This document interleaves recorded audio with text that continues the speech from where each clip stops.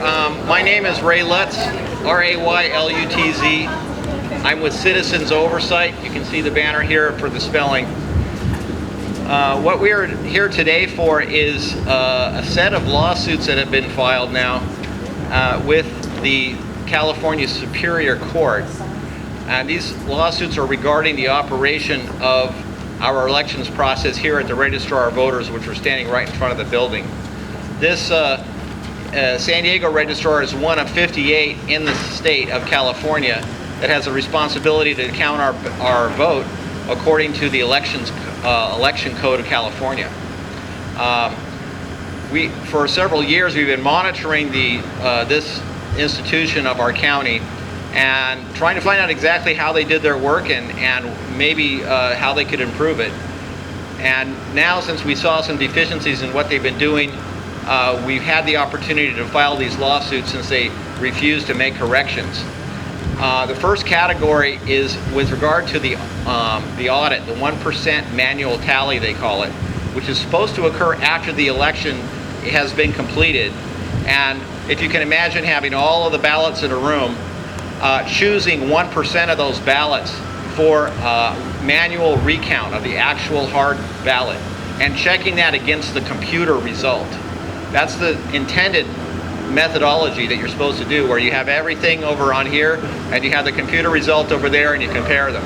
What they're doing instead is excluding about 40% of the ballots from view and selecting them in an improper way, we believe, and then comparing with the only partial result of the computer result. So it's a real mess. We asked them to make corrections of this and they said no, we're refusing, and so that's when we filed that lawsuit. And then we have a second lawsuit with regard to extending that to California and also to deal with the provisional mess that we've had in this election, where many of the provisionals were votes that were nonpartisan votes were sidelined into this provisional pile, and a lot of them still haven't been counted at this late stage in the election. Before I go into a lot of detail, I'd like to introduce the attorneys that are handling this case and these cases, and they'll have some words of wisdom about how these are going to be processed or what state they're in at this time. First, I'd like to introduce Alan Geraci, who's a former assistant city attorney, and he's handling the 1% manual tally case here in the county of San Diego. Alan, welcome. Hello, everybody. Yes, we filed our action in the Superior Court. It's pending. We have a hearing scheduled for July the 6th at 1:30 for Judge Wolfield. And the issue that will be before Judge Wolfield is for him to decide whether he will basically force the registrar to properly comply with the elections code and do the 1% manual tally as it is intended to be done. And we put forth our motion, and we're waiting for the registrar's counsel to oppose that motion. And after the 4th of July, we'll be filing our reply brief, and then we'll have the hearing on July the 6th. The intention of the elections code is obviously to create an audit so that the people can know that the election was done properly, that there's integrity, that there's no mistakes being made either by employees, no malfeasance by employees, no central tabulator errors, and worst scenario, there's no hacking of the system to create a result. So the 1% manual tally has a very, very important function that allows for the election process to be trusted and verified. So if there's any questions of me, I'll be happy to do so. You want to introduce Bill? Okay, thank you, Alan. Next up, I'd like to introduce Bill Simpich, who's from the Bay Area. Bill is it's S-I-M-I-C-H, and S-I-M-P-I-C-H. S-I-M-P-I-C-H. Okay, he's got a P in there. That's good for a correction. Simpich. So Bill is a very knowledgeable attorney and knows about election law, and also is used to dealing with these large cases.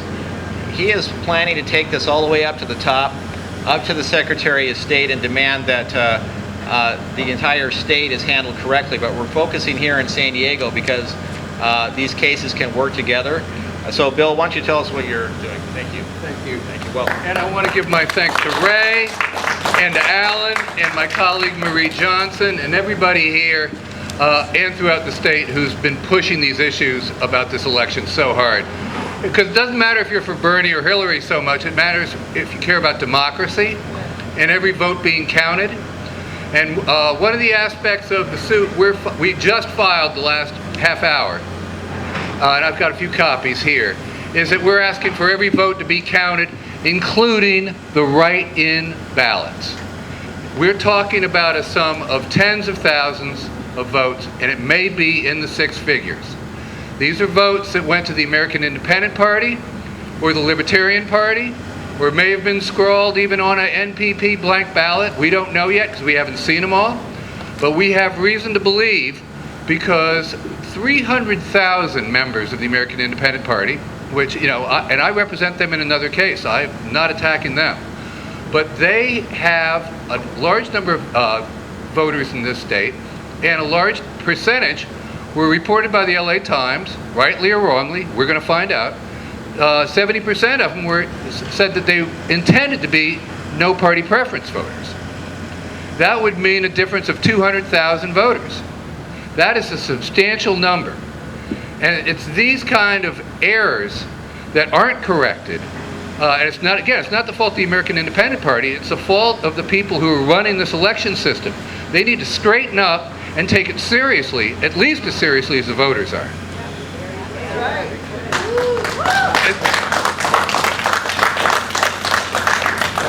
And so to that end, we're asking for the Secretary of State, in this new lawsuit we filed, we're saying there is no way on God's green earth that you can certify this election.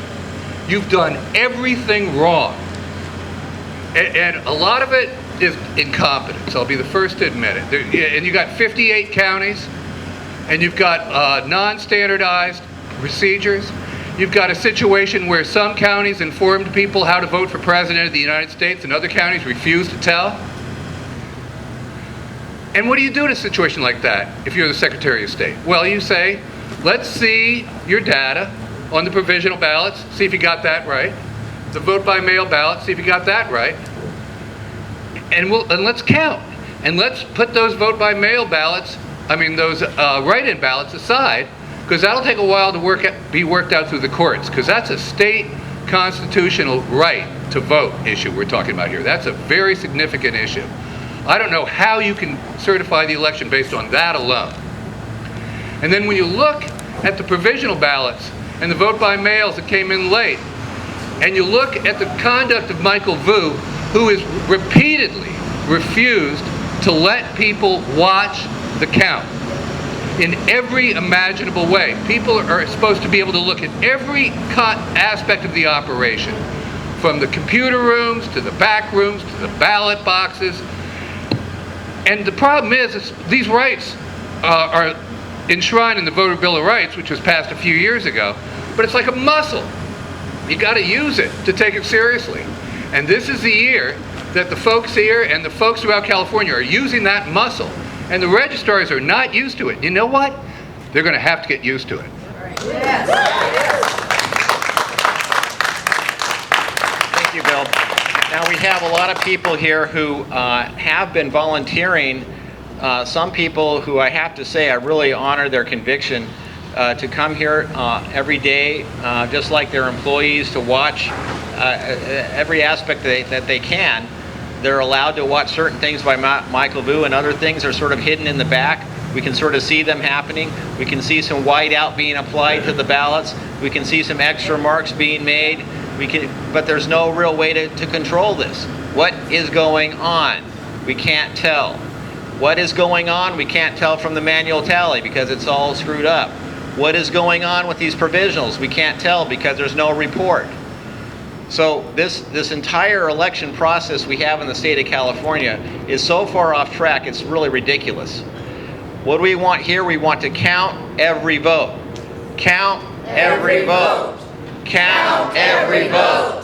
Count every vote. Count every vote.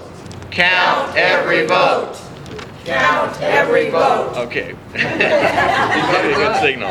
Okay, got to give a good signal for stopping next time. But that's really what we're about here. We're happy that we've gotten these in time. It's going to be a bit tricky because we only have really a month to do all the action. We have to oversee what's going on, find the problems, file the cases, get them in, challenge the certification before they do it.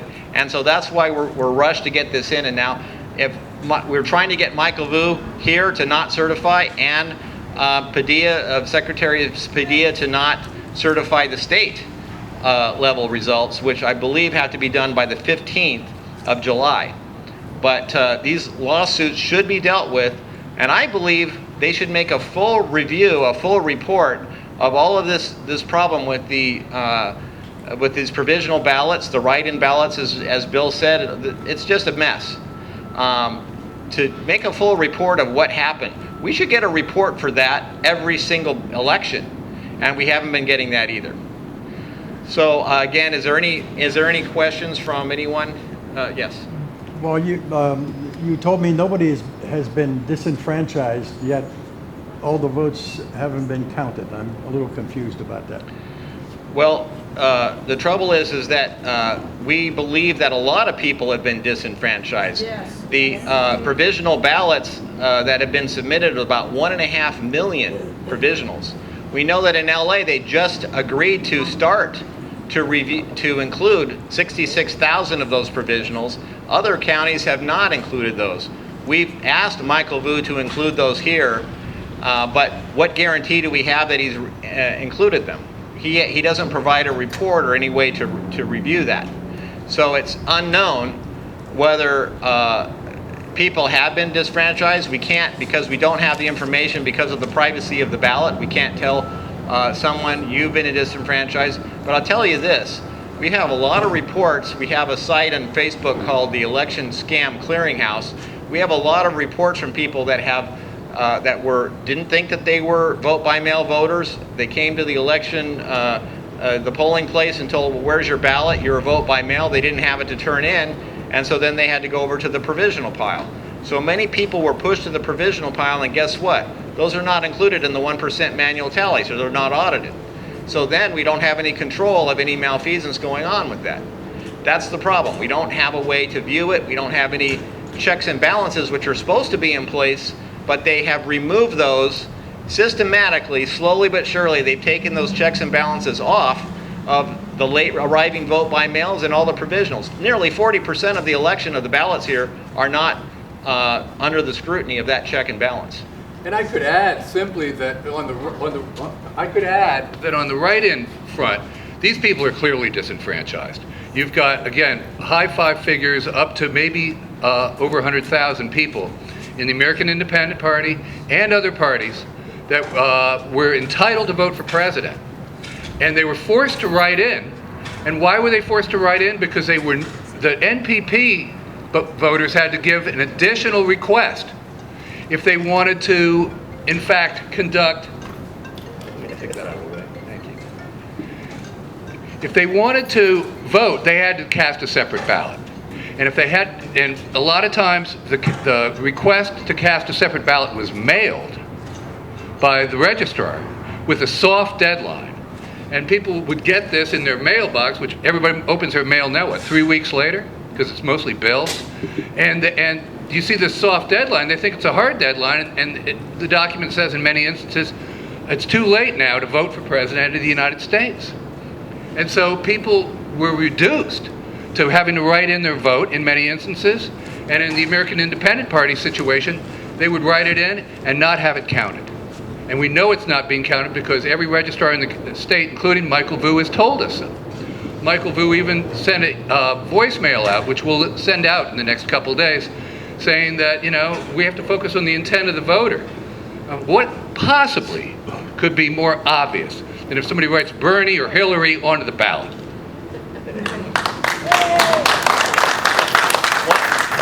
One of the reasons this is so interesting to people is that in this election, we've been seeing a lot of these nonpartisan voters. Remember, Bernie Sanders came from the nonpartisan party, independent party, and so he was nonpartisan, although he aligned himself with the Democratic Party in the Senate. Now, when he runs for president, a lot of people that were in that independent group wanted to vote for Bernie Sanders.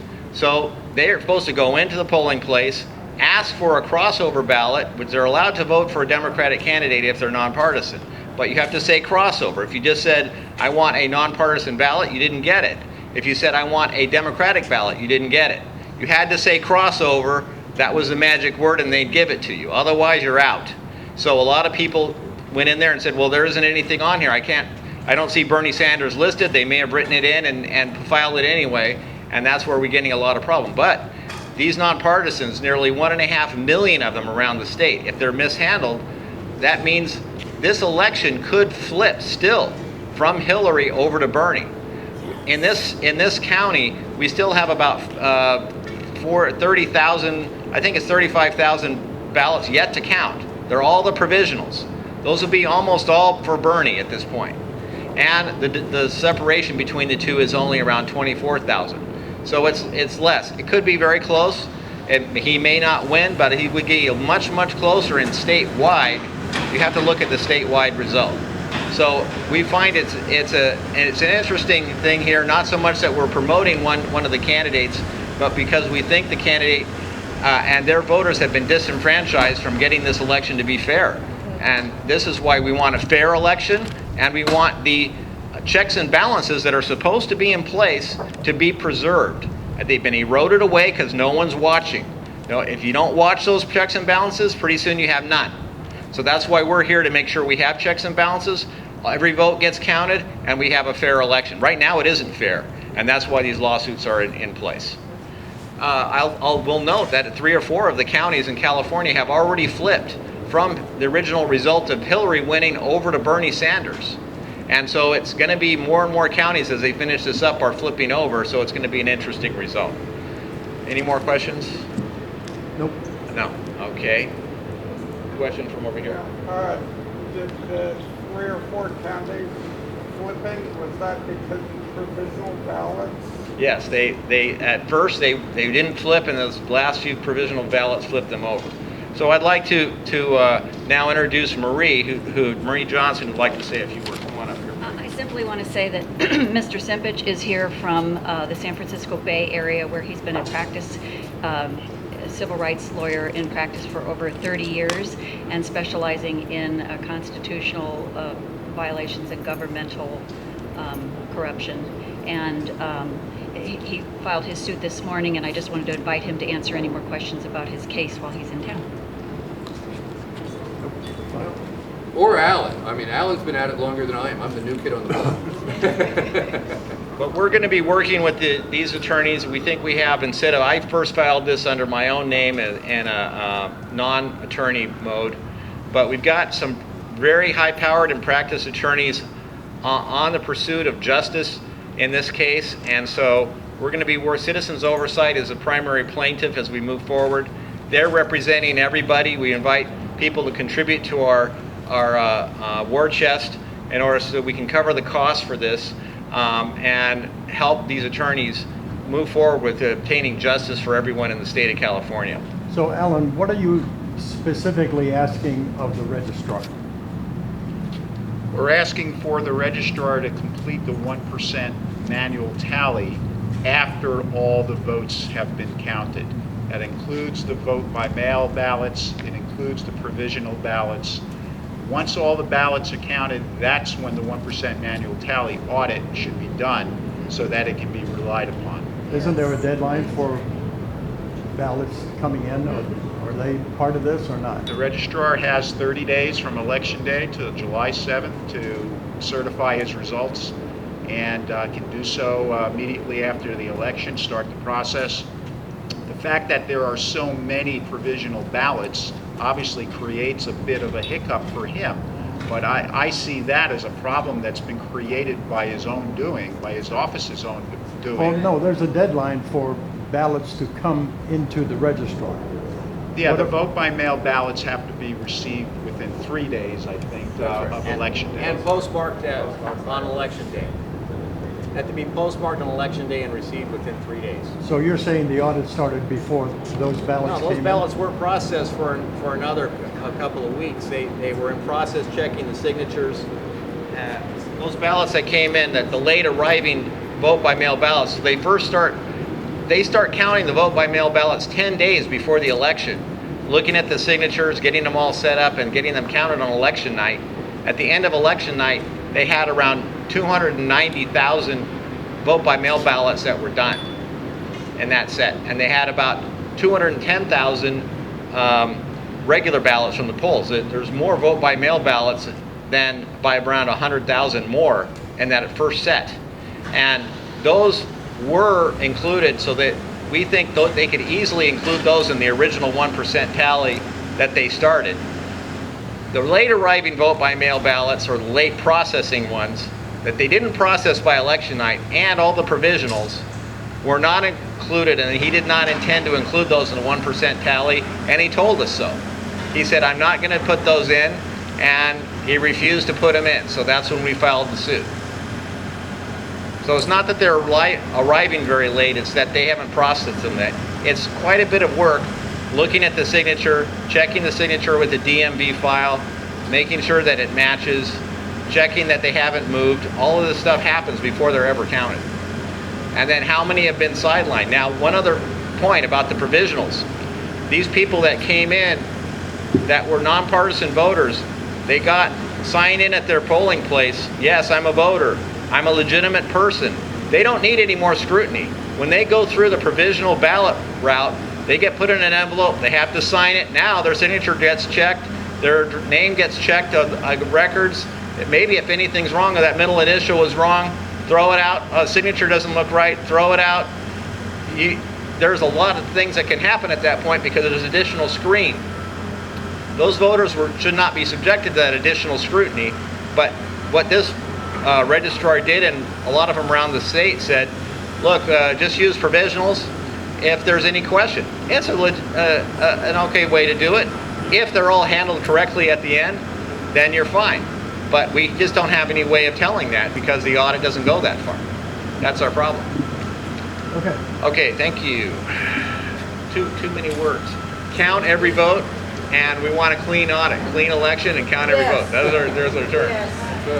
Okay, now I just want to say I want to thank everybody that came because this is very important that you're here, that we have a really good turnout. I want to thank the people that have been volunteering here at the Registrar of Voters with many, many hours. A special thank to Patricia Gratian for her time.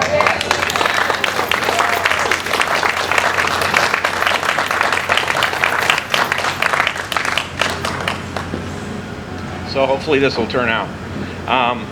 Anyone else want to, it's an open mic, anyone else want to speak about your experiences or anything else here at the Registrar?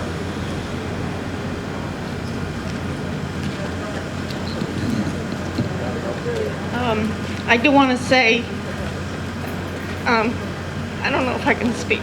I was heartbroken to see hundreds of my fellow citizens disenfranchised as I watched the scanners being fed ballot after ballot with their presidential choice whited out.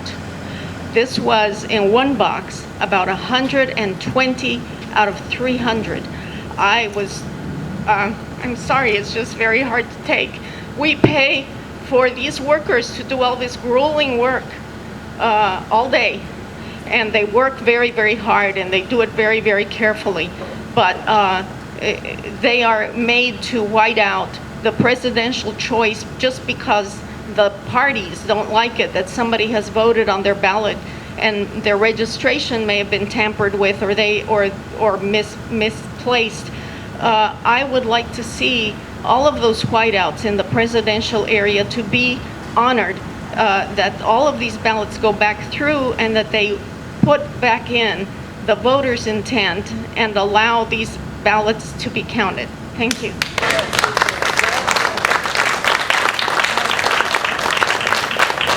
That's an example there of why we're concerned. Whiteout, thank you very much. Appreciate the media who did come. And we'll be able to, we have our friend here, Matthew, right? Yeah. So Matthew's doing a good job too, first time, and so he's coordinating some better filming of this event. I believe this is going to be something that we've gotten this at the right time. We have the right climate now in the state that we'll be able to really make a difference in these elections with these lawsuits. Thank you, Ray. Yeah.